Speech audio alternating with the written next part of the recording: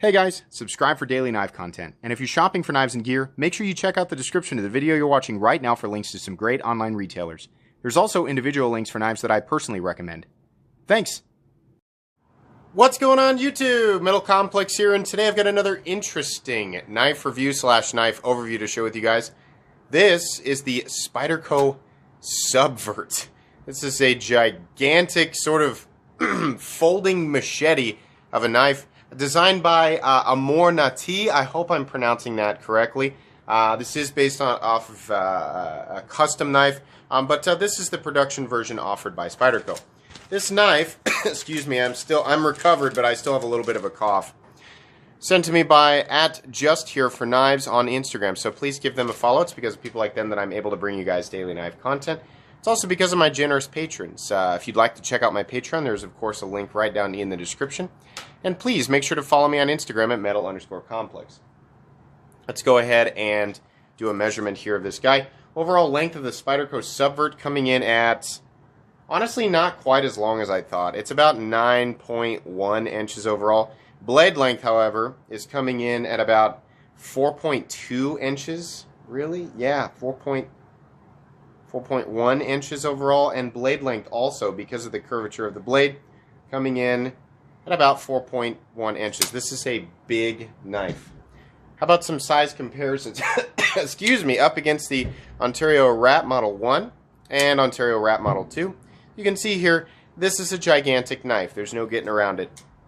How about up against the Spyderco PM2 and Para 3? This will be a fun one since these are all Spydercos. Absolutely dwarfing the PM2 and Para 3, no contest there. And last but not least, excuse me, the Benchmade Griptilian, or in this case the Ritter Hogue, and its little brother, the Benchmade Mini Griptilian. Again, everything on the table dwarfed. The Spyderco Subvert is absolutely monstrous. Let's go ahead and do a hardware, excuse me, gosh, that's just going to be a problem this whole time. Hardware check on this guy. Get out my tools. As per usual, my tools are very inexpensive and very recommendable. You can find them right down in the description. I believe that the pivot is going to be a T10. Yes, that is the case. I'm not going to check the rest of the hardware because, as you would imagine, it is T6 for the overlays or scales. And then underneath, probably what connects the backspacer and all. What is going on here? Come on, focus. Probably what connects the titanium frame to the backspacer. There might be a couple of additional screws. It wouldn't surprise me if those were T6 as well. A few extra parts. Just be careful if you're going to disassemble it. It is a standard, well, it's a very thick titanium liner lock, but it shouldn't be ultra difficult to take apart. Just be careful. Make sure you've got somewhere to put all the hardware. Let's go ahead with carry profile. Thickness up against the Para 3. Oh my goodness. This thing is thick. Very, very, very, very thick. That is going to be, coupled with the fact that it is a large knife, is going to make this difficult to carry for quite a few people. Length and height up against the Spyderco PM2 and Para 3, you can see there that it is not as tall as either, but that's the only benefit that it has over the PM2 and Para 3 because it's way longer and way thicker than both. Let's go ahead and do a measurement of blade stock thickness here real quick.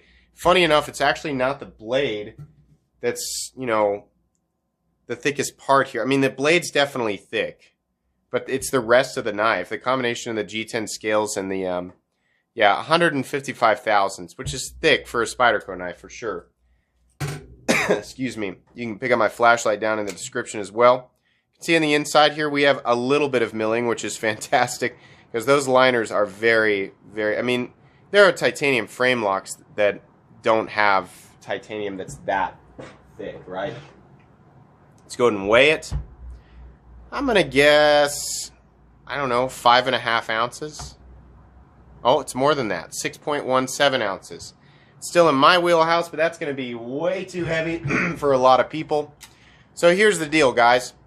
This thing is big, it is thick, it is heavy. It's obviously not going to be for everybody. It's one of those things where if you've been used to big, heavy knives and you like them, or if you work outside, you wear heavy-duty pants, probably not a big deal.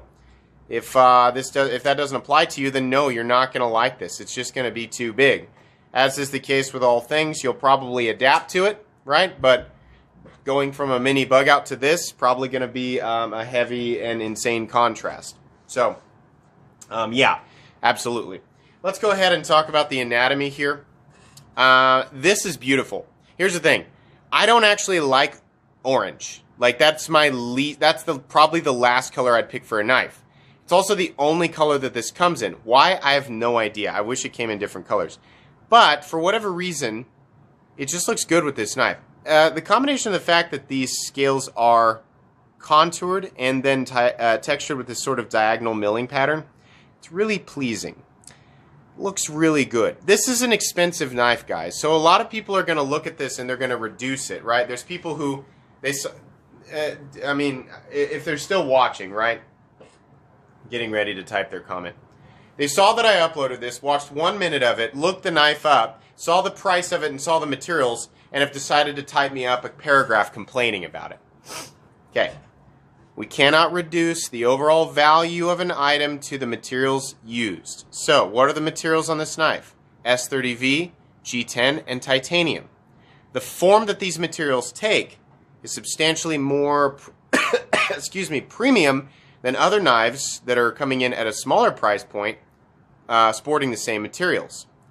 I've seen knives that use titanium, G10, and S30V for less money. But do they take this form? No. The G10 looks fantastic. The titanium looks fantastic. The overall presentation and fit and finish of this knife looks great. That costs money to make it look like that. It might not be important to everybody, but it factually costs more money. The manufacturing processes from the Taichung, Taiwan Spyderco factory are really, I mean, what's the way to put this? They care. Fit and finish is always excellent, right? They go the extra mile to make sure that these things are put together the right way. Are there anomalies? Sure. But is the price more justified, you know, despite the materials sometimes? Yeah, I mean, in my experience it is. Sometimes they go a little overboard, right? We're going to talk about price a little bit more here, but I just wanted to emphasize that. It's thick and clunky, but then you look closely and then you realize every last little thing is really taken into consideration. Well, at least a lot of it. Ergonomics, boy, this is comfortable. Pocket clip, a little bit of a nyeh, you know, but, you know, for how thick and angular the materials look, or the scales and the frame looks, it's actually really comfortable. There's a nice choke-up position up here. Edges are nicely knocked down. It's not like, you know, heavy chamfering, but it is knocked down. It's really not uncomfortable, and I mean, if I had to use this knife, there's quite a few different lock-in positions, at least 3, and I feel pretty good. I mean, honestly, in hand, this is a comfortable knife. And a knife that's needlessly thick, right? It kind of bothers me. But when a knife is excessively thick, but it also fills the hand and feels comfortable, I kind of like it, right? I mean, here's the thing. This is obviously not meant as an EDC knife. There's going to be a lot of people going, that's way too thick for EDC. I don't think they were trying to build an EDC knife. They were trying to build sort of like a camp companion or an outdoor companion, right? And in a lot of those situations, you know, anybody who's worked outside with tools for a long period of time, sometimes it's nice when a tool is robust to make you feel like you've got a good purchase on it while you're using it for whatever it is you're going to use it for, right? Does everybody need a knife that's this big? No. But in some situations, I can understand why it might be preferable. That being said, I really don't think it needed to be this thick. It is comfortable. It's actually impressive how comfortable it is, because it looks like it's going to be blocky. But I don't understand why it's that thick. I mean, I think it's probably thicker than my XM24. You know, the combination of the blade and scales. Maybe it's the same, I don't know. Boy, it does look good, though. I mean, the final presentation of this knife, it looks really, really good. Absolutely. Pivot, you've got a nice-looking pivot that's got the T10 heads on each side. The blade, this is S30V, and it's, I don't know exactly what we're going to call the grind here, but it looks like a machete. There's a lot of belly, the heaviest point out here, and then it comes to a tip up here. On the other side, you can see the maker's logo, and then it says Taichung, Taiwan. A lot of the more expensive Spydercos come out of Taichung, Taiwan. Why? Manufacturing there is really, really good. A lot of people will tell you, including me, my experience is the most polished Spydercos actually do come out of the Taichung, Taiwan plant. I think a lot of people assume that the most luxurious, the nicest Spydercos come out of the U.S. Some of my favorite Spydercos come out of the U.S., but yeah, the nicest ones I've ever handled, they come out of Taichung, Taiwan. The spine up here is at 90 degrees, which I would imagine is beneficial if you're going to strike flint off of it, right? If you're camping or whatever. It's actually knocked down enough that it's not shaving my fingernails, so that's fine. Behind the edge, I mean, it gets reasonably thin out here. I think it's going to do exactly what it was designed to. I mean, here's the thing. Are you supposed to baton with it? Are you supposed to chop down trees with it? Probably not. In fact, I'm not going to be able to specifically put my finger on exactly what I would do with this knife over a regular knife. It is big, it's robust, it's going to cut. If you're camping, hunting, hiking, fishing, I would imagine that blade's going to do just fine. It's a very robust blade, so it's probably pretty versatile, right? The build is also very robust, so again, versatility. I don't really have a problem with the blade. It's done really well. It's got a satin finish on it. There is a sharpening choil, which is not typical for Spyderco, so that's great. I don't know how much this has been used, but it feels like it's got a consistently toothy edge. I don't know if that was on purpose or what the deal is there. The Spidey hole you've got plenty of access to, so action is great, and as you've probably seen, yeah, it's essentially fall shut. You can do the thumb flick very easily, you can do the reverse flick really easily, and if you want to, you can do the Spidey flick. It is, the area right here, the sharpening choil leaves just enough room where if your thumb's in exactly the right place, you can catch it right here. I find most of the time the blade's actually coming down on my fingernail, so be wary of that. It's probably better to do this and then move your fingers out of the way, but it's fine. I gotta be honest with you guys here. I really wish it was in a different steel. S30V is fine. It's a well-rounded steel. It's just we're at a point now where even if the performance that you're going to get out of the steel is going to be appropriate for the setting you're going to use the knife in, right? I mean, you could have put 154 cm on this, but does that mean that it's going to sit well with the people who are interested in this knife? Probably not. This knife, I really wish that it was a different steel. I don't know. I like when I see the Taichung Taiwan Spydercos coming in at S90V.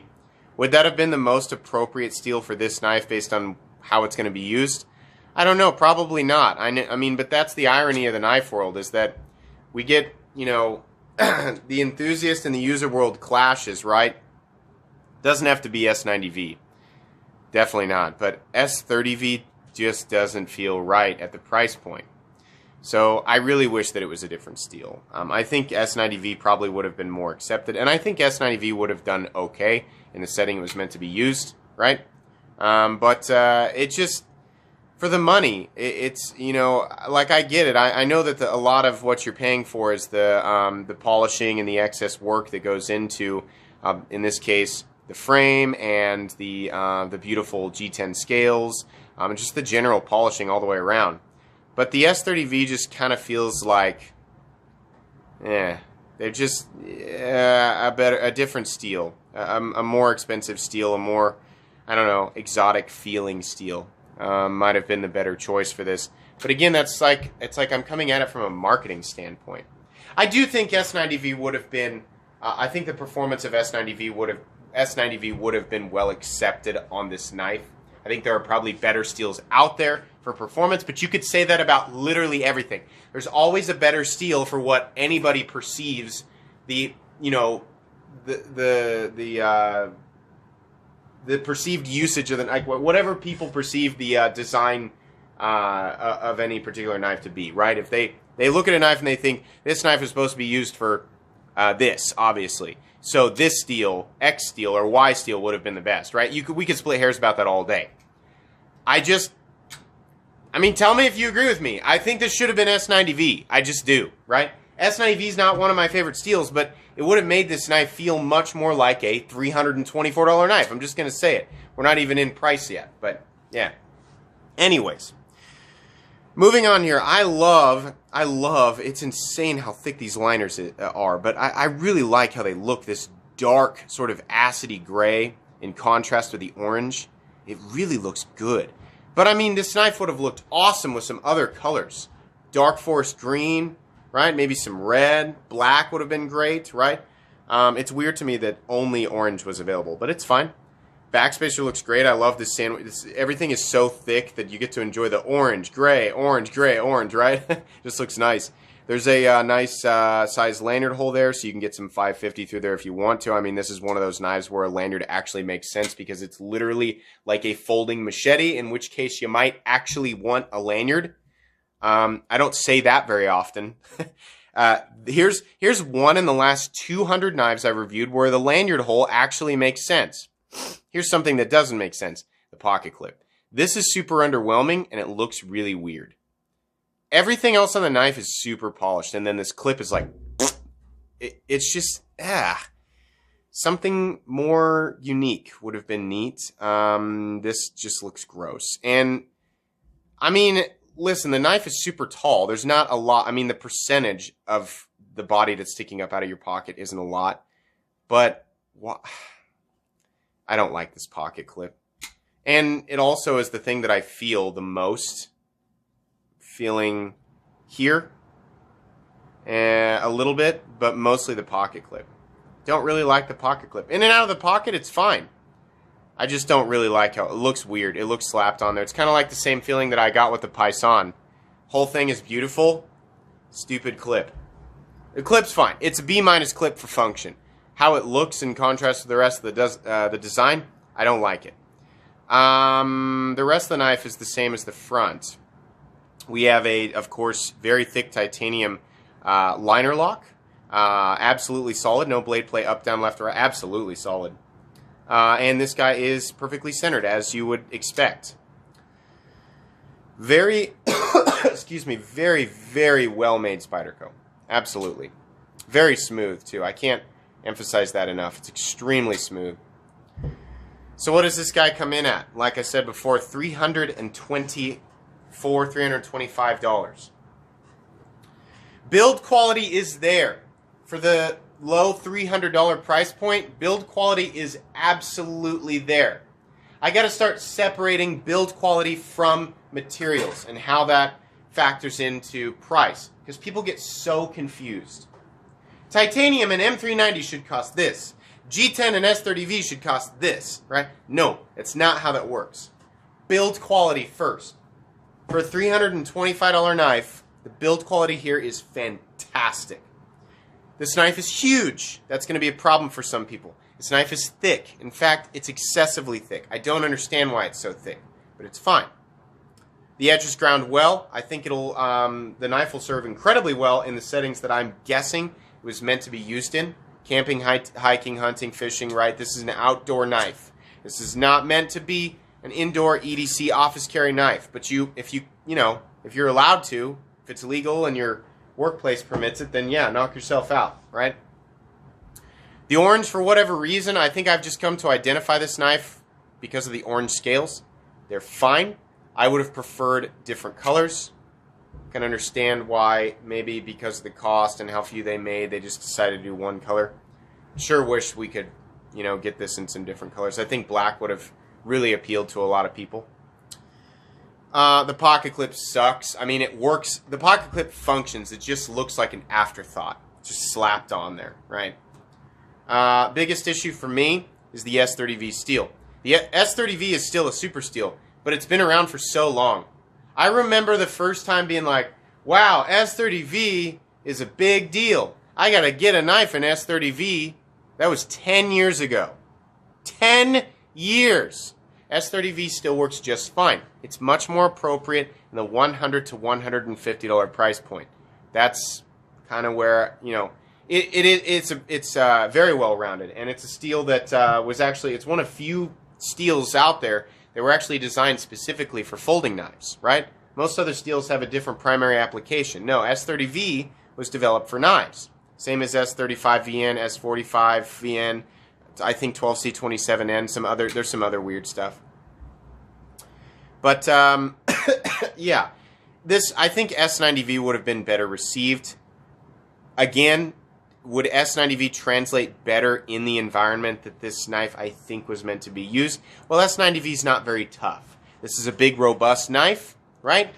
Big, robust knives, tend to give off the impression that you're going to be beating on it pretty hard. S90V can be a little bit chippy. It is very, very stainless. and it holds an edge really, really long. So it depends on exactly what you're doing with it. I still feel like S90V would have been more, I would have been better received. I think it would have been reasonably received by the user community, and I think much, much better received by the enthusiast community. And let's be honest here. This knife greatly appeals to the enthusiast community. Unless you're a knife enthusiast, you're probably not thinking about dropping $325 on a knife, right? So, yeah, absolutely. We've seen S90V on large, robust knives. In fact, I've got my Strider 3/4 AR, $600, and that thing is this big tank of a knife, and it's an S90V. Yeah, I just think that would have translated better. So, can I recommend this knife? You know what? The quality is so freaking incredible on this thing. I mean, this really is. It's one of those things where I'm always going to be able to identify it. And it's so satisfying to know how well it's built. Taichung Taiwan always has that quality there, but the models are hit or miss for me. And maybe it is with this knife. Maybe it's because it's big and robust and I have a bias for stuff like that, right? I think I can overlook the color of the G10, because that's fine. That's a preference thing. I think I can overlook the pocket clip. S30V, I mean, here's the thing. Had they made this like in like N690 or VG10, I'd been like, pass. But S30V, no, it's okay. It's all right. It's not gonna make this knife not recommendable. The build quality on this thing is so good. That's the saving grace here. The build quality is so good. Little areas like this. Look at the cutout here. Beautiful access to that titanium liner lock. Right, the scallop right here. Just the fine details are so good. It's exactly what I want to see on a low $300 knife. Absolutely. Is this recommendable? Yeah, specifically for people who I think are either, if you're an enthusiast looking to get those elements from your knife, you want to spend that much money and get those elements. Yeah, or if you're actually going to take this thing out camping. Seriously, if I was going to go camping and I needed this is excellent. Absolutely, 100% usable. It's running on bearings, by the way. I don't know if I actually mentioned that. But yeah, this will do it, for sure. Keep it cleaned out. It should be running just fine. But yeah, absolutely. I think I wish it was a different steel, but I'm going to go ahead and say, yeah, recommendable. You got to know what you're getting into at $325, though. Don't jump from a $20 knife to this. But I think for people who kind of know what to expect in that price point, you're looking for something specifically like that, yeah, I think you're going to be happy picking this up. That's going to be pretty much it, guys. This is going to go on my most recommended knives playlist. It's also going to go on my Spyderco knives playlist. You can pick this knife up right now. I'll link it right down below, as well as Spyderco knives in general, so you can see what they've got going on. Be sure to follow me on Instagram at metal_complex. If you enjoyed this video, please leave a like. If you'd like to check out my other content, I do, of course, have lots of videos of knives that are either expensive or inexpensive that I do or don't like, so check those out. And if you enjoy all my content, go ahead and click on that Metal Complex logo right there and subscribe, because there's definitely more coming. Thanks again for watching, everybody, and have a great day.